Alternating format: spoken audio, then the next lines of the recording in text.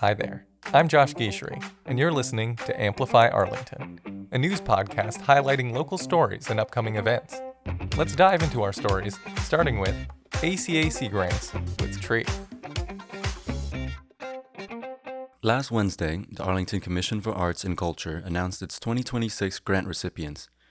$23,000 was allocated to 26 different projects that center around the Arlington community, and this funding will support such projects as free quarterly readings from the Arlington Author Salon, a documentary about Arlington's first brewery titled What Goes Into That Pint Glass, an installation celebrating clean water, healthy ecosystems, creativity, and vibrant community, aptly called Mystic Fish, and more. ACAC grants help fund a diverse range of events, musical performances, and art installations that spark dialogue about what is happening in our town. To stay up to date about these projects, check out artsarlington.org. Now to Stewart with the All-Town Band Concert. Last Saturday was the 2026 All-Town Band Concert. This incredible yearly event features brass, woodwind, and percussion students from grades 4 through 12. Students from Arlington High, Gibbs, Ottoson, Bishop, Dallin, Stratton, Thompson, Brackett, and Pierce came together to perform as one large ensemble and showcase the music they've been working on all year. ACMi covered the event, and that video is available on youtube.com/@ACMiTV. And now to Francisca for the Arlington Public School Budget Forums. Thanks, Stuart. Arlington Public Schools recently shared their perspective on the proposed override in a series of community budget forums. The Arlington School Committee hosted 3 forums to provide context on the district's fiscal year 2027 budget and the upcoming override ballot question. The final session, held on February 24th, was co-hosted by APS Superintendent Elizabeth Homan, Budget Subcommittee Chair Dr. Kiersey Allison Ampey, and Community Relations Subcommittee Chair Laura Gittleson. Throughout the series, district leaders explained how Arlington Public Schools received its funding, reviewed financial planning documents such as the town's long-range projections, and outlined key components on the current school budget. Officials also discussed the reasoning behind the proposed override, potential budget reductions, and how operating without additional funding could affect student learning, staff retention, district operations, and family support services. The forums concluded with a comparison of 2 possible budget scenarios for the next fiscal year, one with the override and one without, ahead of the town-wide vote scheduled for March 28th. Full recordings of the forums are available on the Arlington Public Schools website in the Budget Information section under Finance and Operations. And now to Josh with the ACMi Youth Workshop. ACMi held its February vacation workshop last month in partnership with the Arlington Schools ACE program. 12 Arlington students took over the ACMi newsroom, developed mock news stories, and recorded an entire segment live. Yasmina Berlanu, the youth coordinator at ACMi, and other staff helped teach students how to write scripts, storyboard shots, and operate studio equipment for a live broadcast.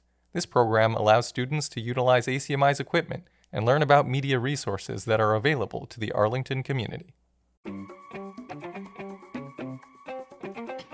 Here's some upcoming events to look forward to.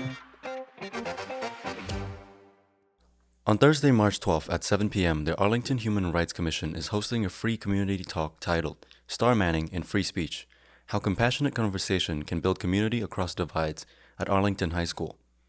The speaker, Angel Eduardo, is a New York City-based writer, musician, photographer, and designer who coined the term Star Manning, a rhetorical riff on Steel Manning, which focuses on acknowledging an opponent's humanity, good intentions, and shared values, fostering empathy and building good faith by focusing on common ground, even during disagreements. He's a senior writer and editor at the Foundation for Individual Rights and Expression and also chairs the board of civil rights nonprofit, Fair for All.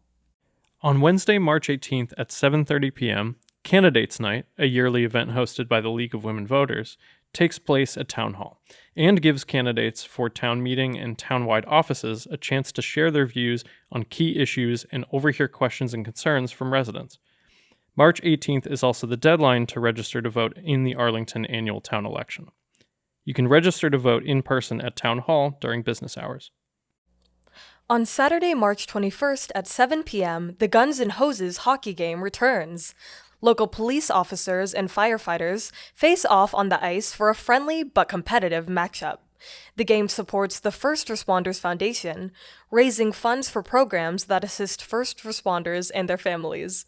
The event will be held at Ed Burns Arena and is a fun way for the community to cheer on their hometown heroes while supporting a good cause. Saturday, March 28th, is Arlington's annual town election. Polls will be open from 8 a.m. to 8 p.m., giving residents all day to cast their ballots. Voting is an important way for residents to make their voices heard and help shape the future of Arlington. Go vote, Tree. I missed it. Sorry. That's okay. There's always next time. I'm sure voting is going to come up repeatedly this month. So one thing that I wanted to point out with what's happened to me recently in Arlington was, I don't know if any of you guys had this issue driving in or taking the bus in. There was a huge car accident pileup on the 2. What? Yeah. Wait, And when it's was just like this? with all the weird weather this morning, I was just like driving over, and there I haven't seen this in so long. There were 3 officers that were just along the road and 1 fire engine. And I was like, oh, okay, like someone probably like slid and accidentally like went off the side. And this was like 4 lanes of traffic, I think, that were backed up. And when I finally got to the front, like everything was moving slowly, but I finally got to the front, and then an officer was like standing out in the middle of the freeway, like stopping everyone from going. And I was like, great, I was about to get by. Now I have to wait, being, real annoying about dealing with someone definitely had a terrible time, but I'm stuck. And so I was waiting there, and this guy was holding his hand out, and I looked at the side of the barriers, the metal barriers, completely like wonky. Like the straight line was fully like bent out of whack. Oh my God. And the car that was next to it was like smushed in the front. It's like, that looks brutal. Yeah. See, completely different from my morning. So I'm on Park Ave and I'm almost at work, and I am just staring at the longest line of traffic I've ever seen on Park Ave. And I'm like, what's going on? And I'm looking to the front, and there's just a car stopped, but nobody in front. Like, why is he stopped? Why is he stopped? And then all of a sudden, he just starts going. And then the whole line just funnels through, and it's just like Park Ave is so confusing. Yeah, they just for Arlington wait. residents. Yeah, They just wait there. I think it's one of the worst, maybe, and maybe it's the exposure because we like work here and we're aware all the time of what's happening here. But this might be one of the worst intersections in Arlington. yeah. Oh, the five lane. Yeah, the 5-lane merge, 4 stop 2 signs, flags, one is yield. where people are just rounding a corner. And then there was today there was that there was a guy being towed. I don't know if he was being towed. There was a van that was like up on another truck. Wait, what? And then how did? What's going on? I need a better explanation of what happened before that. Like one of those like I can't call it that. I can't call it that. The unmarked vans. Okay. Oh, yes. Yeah, one of those was just like up on being towed by like a non-towed truck. Like I don't You're know. losing this job. I don't know what way to describe it. Trailer hitch. Yeah. And so it was just like up there, but there was no one in either of the vehicles, and it was just in the middle of the road. What I don't understand, so like I really want to just take a map of Arlington and all these crazy intersections where, again, it's like 4 stop signs and 1 yield, or like 3 stop signs and 1 yield. I just want to draw rotaries just to see like if they would fit. They would fit. Because like it makes so much sense. And I know that like it's a crazy thing to ask for the town to shut down roads to build rotaries, but it's like the thing that Somerville has that Arlington doesn't have. Rotaries? Yeah. I hate rotaries. You hate rotaries? Hate driving in them. Yeah, I don't know. I just feel like, well, I grew up in Florida, so we don't have those either. But I feel like I just get like so anxious and just keep driving in a circle. But I mean, if you do that, I think you're a better driver in a rotary. Because I think a lot of people, there's still, even the people that are here that have been exposed to rotaries more, they still will do things like they'll drive the wrong direction in a rotary, or they'll just try and cut directly in front of a car in the rotary as they're going, because it's supposed to be like a continuous flow. Yeah. Right. But I don't know. the drivers in Massachusetts as a whole, I would say, kind of don't really care about the other drivers. No. Yeah. You know. You have like the two types of people. You have people that know how to drive in a rotary, and then you have the people that stop at the yield before going into the rotary, even when no cars are coming. Yeah, exactly. There's no one around. They still stop. They just don't know what to do. Yeah.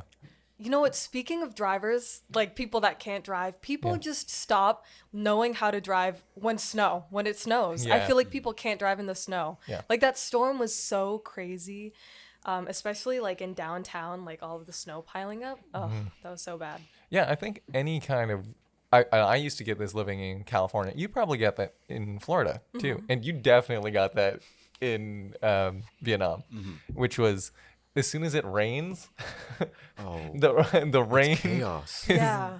it's just a little bit of rain in California. No one can drive anywhere anymore, and I think that's true for that's got to be true for Florida. Yeah, no. Like And it would rain all the time too, but yeah, something about like the snow is oof. I don't know. it's so much. I don't know. It's for me. It's worse because then it's also dealing with like engine issues and the what is it called here? Black ice. Like things like Yeah. it's just like hydroplaning is one thing when it's like wet, but like the black ice of your cars. This winter so far, I think my car has 7 times maybe just gone in a direction because it just felt like going in that direction. Have you ever seen this is off topic from Arlington, but if you look at videos of like, states that don't usually get frost or like freezes, I feel like a lot of states where it's warmer, they just let their tires go like completely bald. And then when it does actually freeze in the winter, like nobody's prepared for it. And there's so many videos of like Texas black ice and like it's like a 50 or 60 car pile up. Oh, Yeah. It's crazy. It's all of that range that, like with this big storm that had just finally reached us pretty much. It went through the country like diagonally from Texas. yeah. And seeing all the footage from the South and the Midwest where people are like that, they're just like not northern Midwest. When I say Midwest, they're like Arkansas and things that are like not used to the snow in that quantity, I will say. And it just was a nightmare to get anywhere. And seeing the footage from that, horrific. Yeah. Genuinely, I'm hoping for the sunny weather to come back. I'm really tired of all this black ice. There's black ice everywhere. I live on a hill. So every day I walk back, it's like I'm fighting for life or death. Yeah. I was just going up our driveway here and I decided, of course, that, like, why bother wearing shoes with grip or any kind of traction on them? So I was just sliding, trying to go up the driveway to get back to my car. It was a nightmare. It's the worst. You know what else was a nightmare? I love Flawless it. transition. I love it. I love it, Francisca. Go. All of those middle schoolers in the Oh, student- not a good. nightmare, not a nightmare. Good. We're always happy to have a little teaching moment with the future generation, but that was a little rough. Yeah, it was really tough, especially for our I think our staff was aware that it was coming, so we had a little bit of time to like prep, but our members and our interns that didn't know it was coming, and suddenly their whole world was surrounded by 12 middle schoolers. And this is I already know this because I love and appreciate all of the teachers that I've had growing up, but they really do not get enough credit for what they're doing. 'Cause there were 12 kids here, only 12. That's like half of the kids that I had in one of my early classes. And it was tough to keep their attention, to keep them on topic, to get them to do anything. It was hard. Yeah. So we had 12 kids in the ACMi studio, but imagine having 30 to 40 students in your classroom. That's crazy. No, even the fact that you're saying it was only 12, it sounded like a million every time I came in. I was like, what is going on right now? They're only eating lunch. Somebody's crying. They're saying 6, 7. Like, I don't know what's going on. And maybe it's because, like, I haven't been in middle school for a while.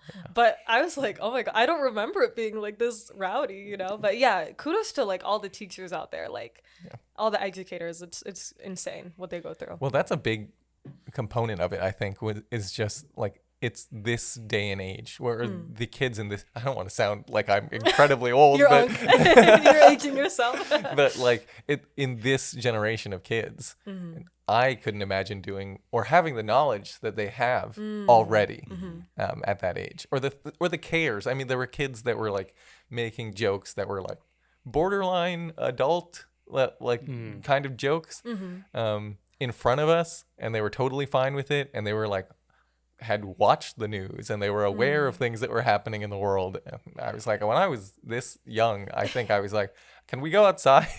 You know, it was like, can I play with this stick and pretend it's not a stick? That's what I had. Yeah, back in my day. Okay, yeah. For the viewers, since you can't see, I'm actually 80 years old. No, I remember it being that rowdy. But I don't remember having like adult level awareness. Like, it was rowdy in the sense that I could like get a bunch of kids to go jump in like the dumpsters behind the school and like root around. I don't think I did that when I was a kid. Well, I grew up in Maine, so I think maybe it's a little different there. Oh, that adds up. But no, so I remember like rowdy, insane things like that happening. But I do not remember. I didn't like watch the news. Yeah. So it's crazy to hear students that are just like talking about contemporary news in our studio. And also, you know, while making a fake news show. Like, I don't know, it's just, for me, it was crazy to see how aware. Yeah. I mean, how was it? They came in on when was it? Last month? On Monday? Or I was not there. It was 2 weeks ago at this 2 point. weeks ago? Yeah, February 18th. Yeah. How was it for the people who were 3 here? weeks. Oh yeah, you tree dodged a bullet. He didn't even show up for that week. He knew. I knew what was coming. Yeah, I knew what was coming. He was like, no. That was the week that it started with the blizzard. So we were already dealing with that, and then it was coming back in to do this workshop. It just took a lot of time. I mean, you need to dedicate all that time and awareness. You need to have a lot of people, especially when they divide into groups and are doing things in multiple spots in the studio. So then you have to be watching everything. And one of my favorite things that I realized after the fact, we have a slate of edit servers. We have 4 edit computers downstairs at our studio, and at those computers we always remind members that if they want to have saved things specifically, they need to either save it onto the server or bring a hard drive for themselves so that they have it, because things cycle through at the desktop level. At the very end of the workshop, I went to check back in on one of the computers that I knew one of the students was working at. The entire desktop was wiped. There was nothing. There was nothing on it anymore. Anyone that was working on anything, it's gone. It was just like a factory reset. Yeah, they just removed everything. I think they put everything in the trash and then just emptied the trash. That's some like, I just got laid off from my tech job and I'm taking revenge type like behavior. Yeah, that's crazy. But that also, it's like, that speaks to the level of awareness. Like, I mean, also when it's a special interest thing, for something like film, like the editing, we taught that a very basic form of editing, so that they could edit their own commercials, that they could to bring in graphics and things that they wanted to use for their own news show. But there were students that came in that were like, yeah, I've already edited videos for myself before. I've already worked on Adobe, which is that's crazy to me, to have that kind of like connection at middle school level, which I didn't have. I wasn't exposed to that at all. Maybe if I had been interested in film at that time, it would have been different, but like I I didn't have that knowledge going in.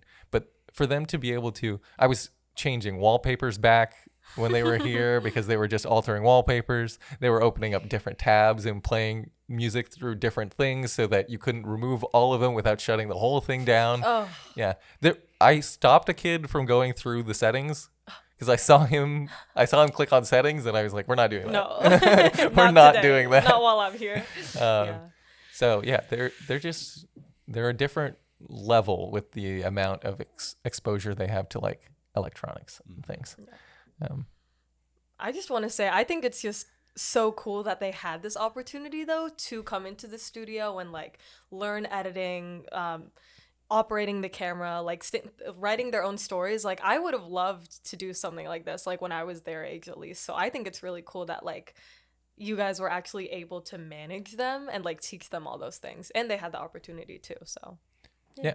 I hope and I know that we're going to be continuing to do the workshop stuff, and it is one of the most rewarding things to see like the kids get excited about seeing their product come together. Or it's like when we came in at the end and we were all in this conference room and we were watching on the big screen and they were going, oh, that's this part. I know this part's coming up. This is my part. Aww. And they were really excited about it. And it's like, yeah, that's why you put up with the people getting sick from kids. That's why you put up with the desktop no longer holding the things that you need it to, and the equipment that's definitely gone missing, and the things that are definitely not in the right spot anymore. And it's like, yeah, that made it worthwhile. Yeah.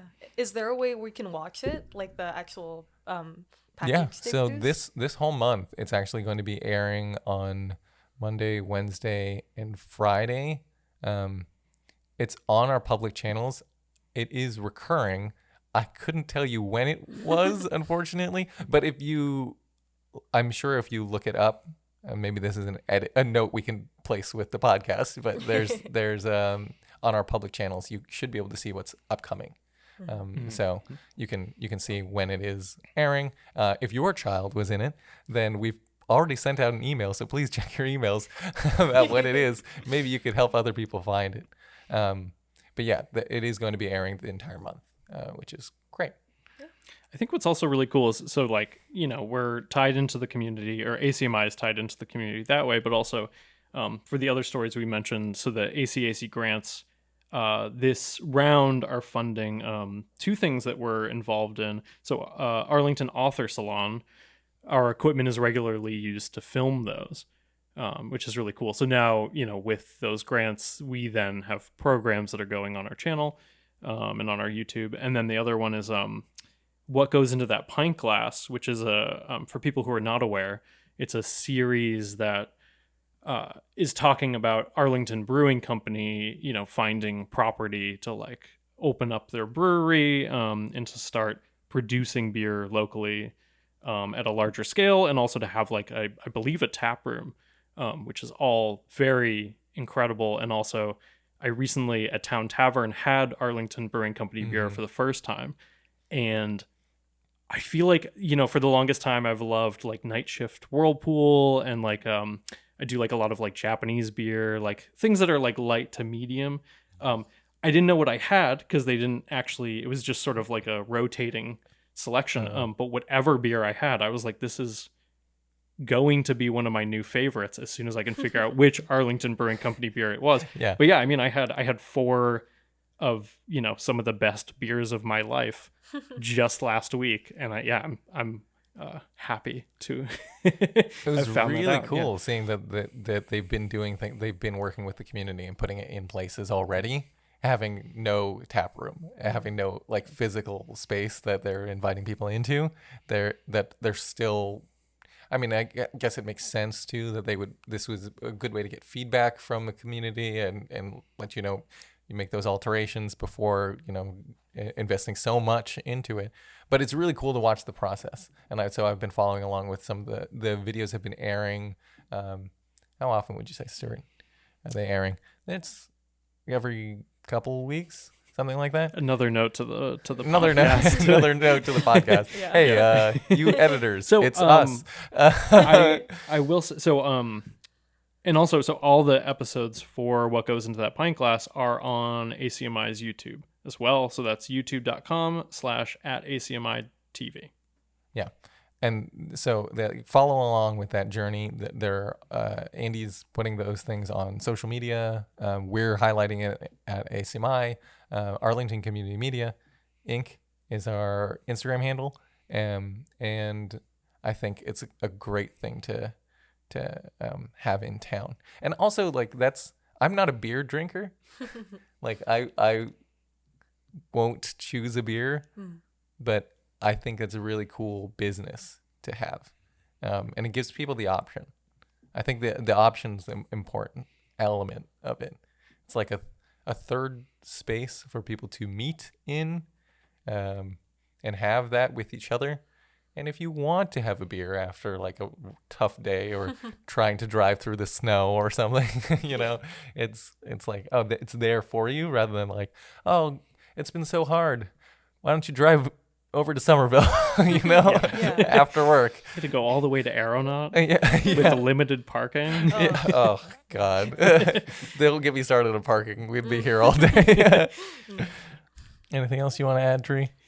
No, guys, not really. Here for the show. Tree's done. I'm going to wrap it up. I'm going to give us the outro that we deserve. For the first episode. First episode. This outro is subject to change. Yeah.